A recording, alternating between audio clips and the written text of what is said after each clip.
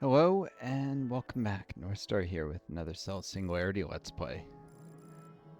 I'm sitting here quite cold. My body temperature is often low with long COVID and it's a little bit of a chilly day, I think. Subjectively. Anyways. Doing this stupid mold fungi exploration. And considering about how, well, the flaws are our modern day and age where the question too often when something is wrong is people think, who can they sue? And they always, try and turn on each other. Far too often the answer is, the government, if there's someone they should be suing.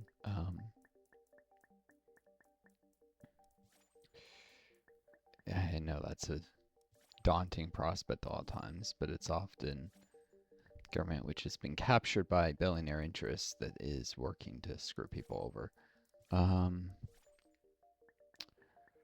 Personally, I'm getting screwed by the way that the Social Security disability insurance system has been undermined systematically since the 90s.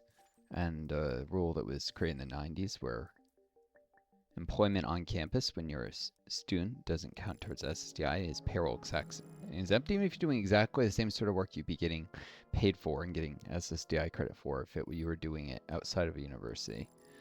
And that's a problem if you go to grad school, because you spend a lot more years in school, which means a lot more years where your work doesn't get counted. And on top of that, you probably are doing less work to begin with if you're going to grad school because you're trying to invest in your future productivity by doing less work now so that your future work will be more productive and more valuable to society. You can't be a highly productive medical scientist or a physician or a public health expert or an epidemiologist or something like that if like a PhD epidemiologist is also ones with MDs. You can't do any of those things without grad school, and these are extremely valuable jobs that on the cost of them being more productive is you have to spend more time training to be able to do these jobs.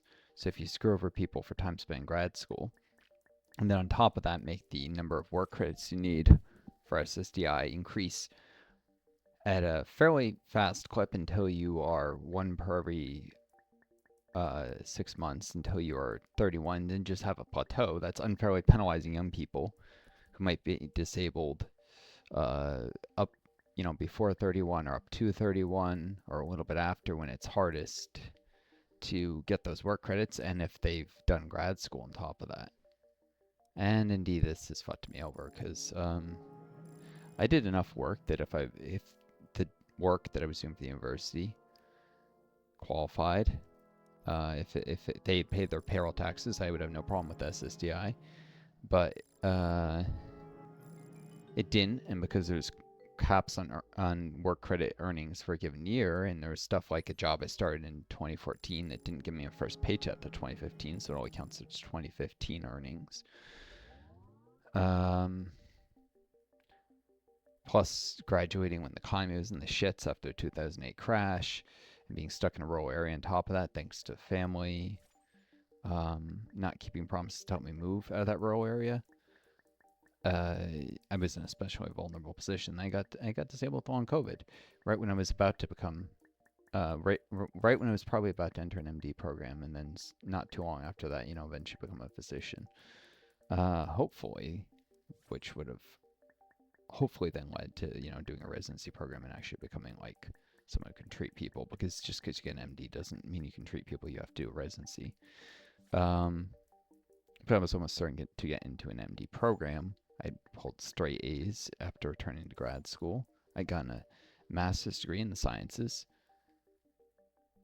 Gotten screwed by family. Eventually made it back to an area where there were jobs in my field. Been out of my field too long, so I ended up retraining as an EMT because I wasn't getting jobs with any of the hundreds of applications I was sending out.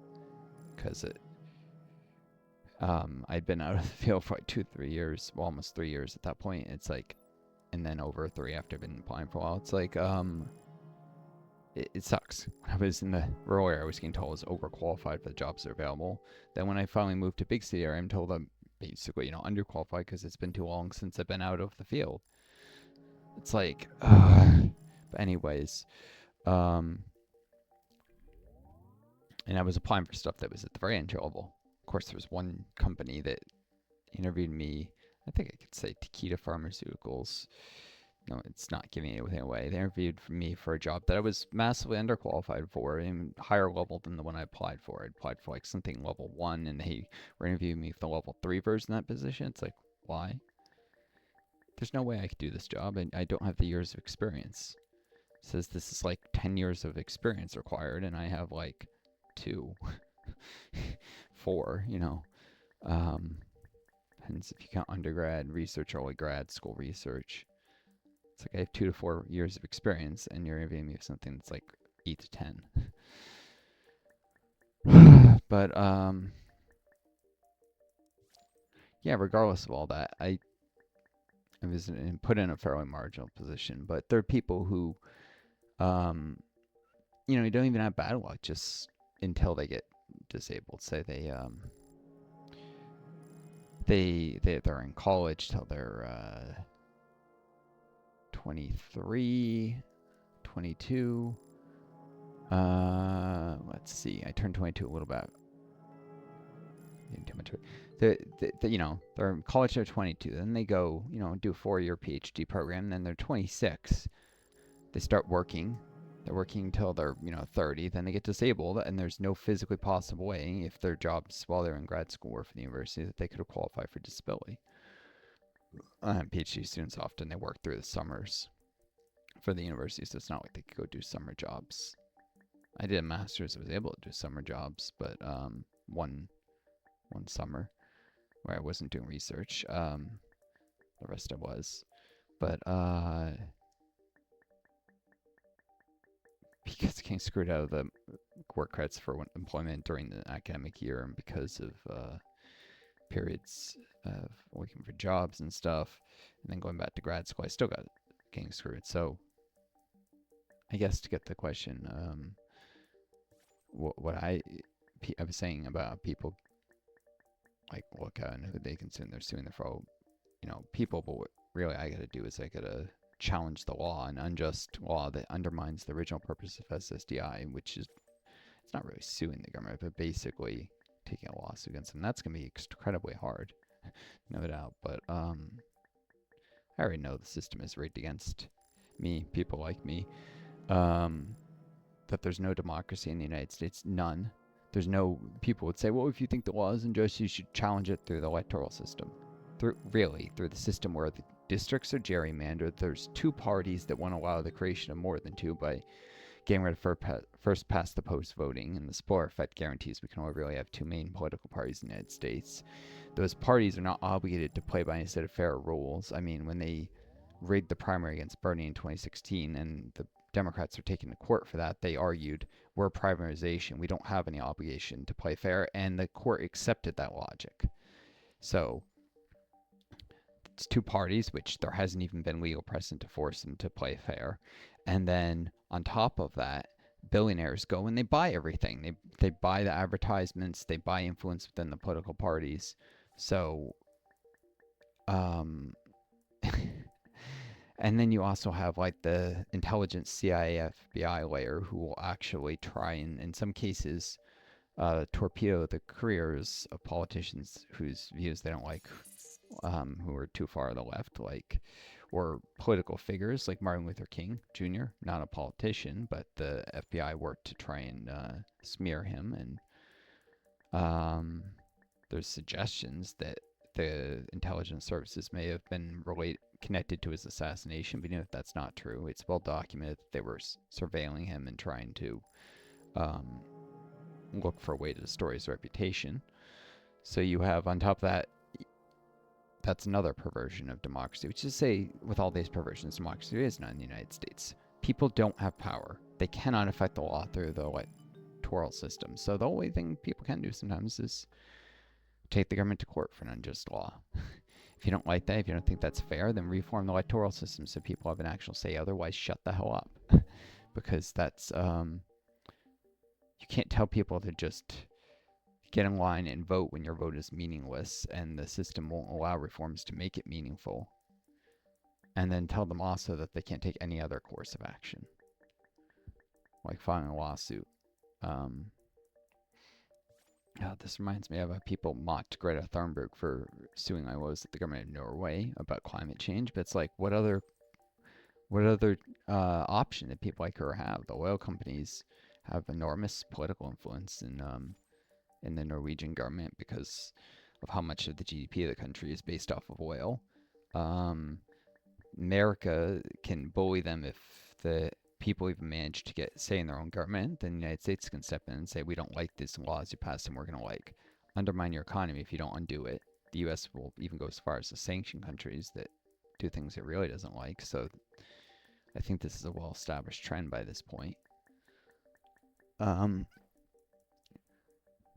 She had no other choice. That was the only way she had a hope of maybe influencing things. Even though I believe she lost that lawsuit, that got her started on her activism career, Greta Thunberg.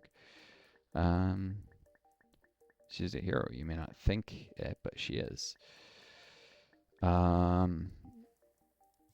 Anyways. So. I'm gonna need to try and take this law up to courts. Go through the appeals process for this thing, get it just blocked, but it'll give me some ability to say, yeah, I went through the channels of just doing appeals and stuff, and no, I'm getting screwed by the law. The rules that are based on the laws written, and the law is unjust, discriminatory, and undermines the original purpose of the Social Security system. And just do my best to make a coherent argument. Because the fact is, voting is meaningless in the United States because we're not a democracy. We're an oligarchy. And that's not to say that voting is generally means. That's to say that the United States is an evil, fucked up system, and ordinary people are not going to hold any power in it.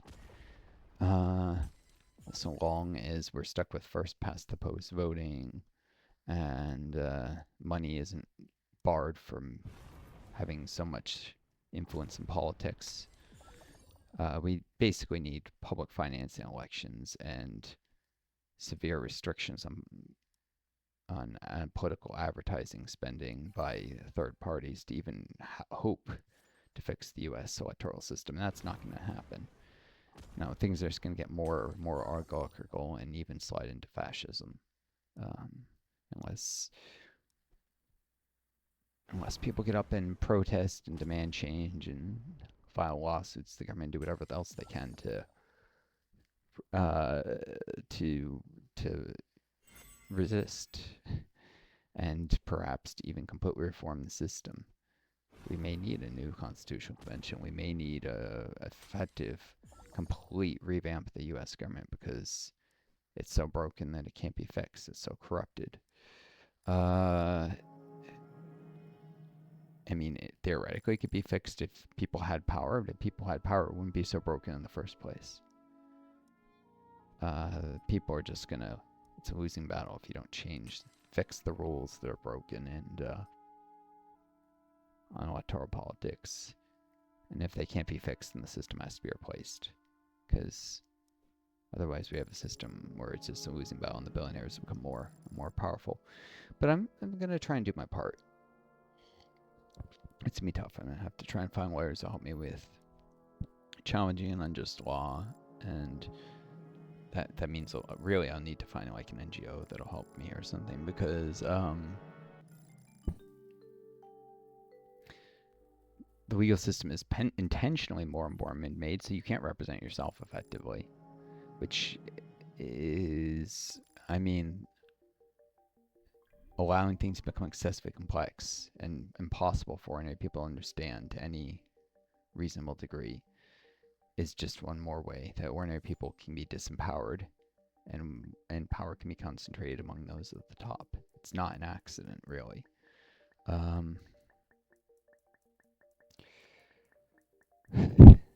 won't have a prayer of gain change if I can't get some lawyer will help me. I mean, and that's, change. It used to be like Abraham Lincoln was a self-taught lawyer, famously. People used to be able to represent themselves, but the law has been intentionally complicated so that ordinary people can't use the law to get justice anymore. It's not justice if you have to pay for it, and if people who have more money are more able to pay for it. Because the people who have very little money are often people who are getting screwed by the system unfairly in the first place. That's part of why they have very little money often. Intergenerational wealth, the ways the economy gets increasingly rigged in favor of the already rich and powerful, with like monopolies and price fixing and that kind of thing. Outright fraud and scams by the rich who often get away with it. I mean, how many contractors did Trump not pay after hiring them to do something?